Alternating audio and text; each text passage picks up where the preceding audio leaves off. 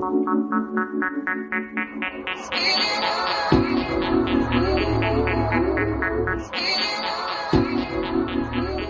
is it, I say, my lair.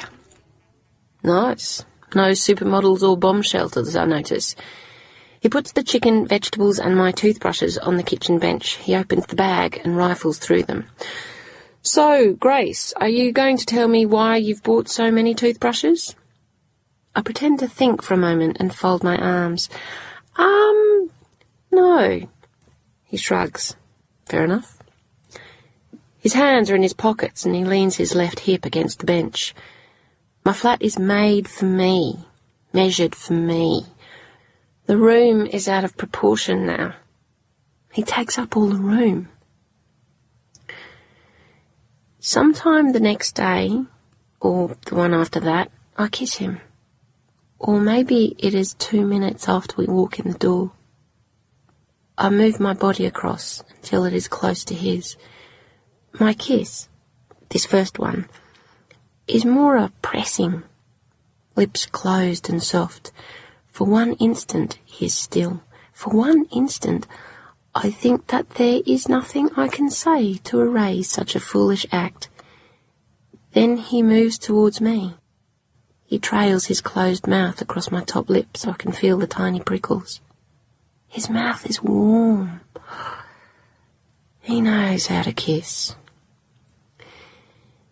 The skin near my hip is cold against his hand. His hair is soft, threaded through my fingers.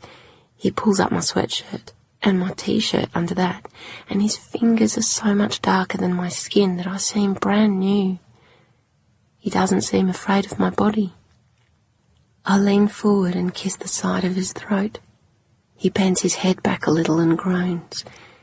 Now he kneels, and I can feel his lips and tongue on my side, sliding around towards my navel. Then he says, "Get down here." All I can feel is a small, thin line, like an electric cable, sparking, burrowing through my flesh, hot and cold. I didn't notice how many strokes he took or how many times he said my name. The numbers scattered from my fingertips and ran across the floor. My toes tingle like currents are dancing on the surface of my skin.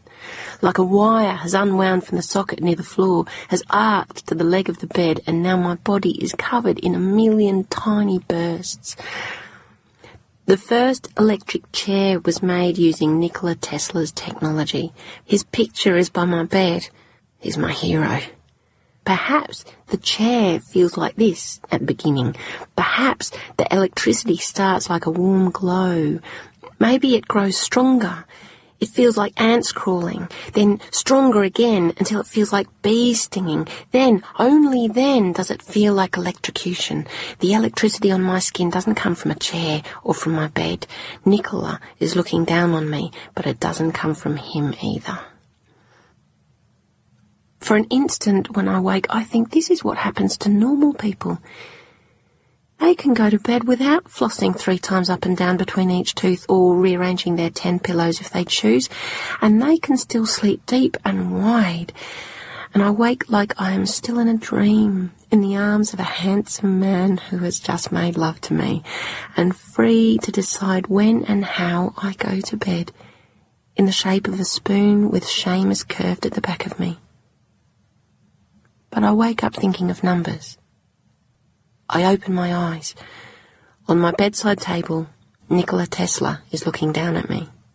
"Seamus, I need to tell you something." His eyes are still closed.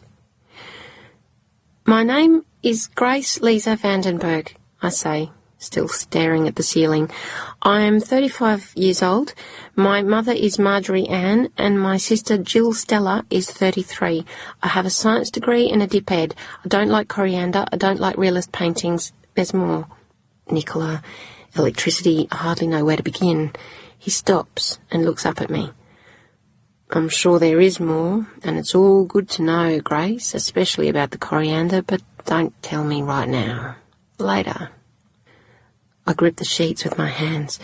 "Now, It's got to be now. I need for him to see at least part of me, and he can't see me if he's inside me. Besides, Nicola is staring right at us. The air is even more still now than it was before. It's early. The day is brand new. This morning, I have woken up with someone else in my bed. Last night, I did not do my nighttime routine. The day is new, and it is filled with possibilities, and I am filled with possibilities. He barely knows me. I can be anyone I want. Well, he asks again. I pull myself out of bed with a determination and suddenness that surprises me. I stand next to the bed. I'm up. I don't brush my hair or wash my face or even have a glass of water.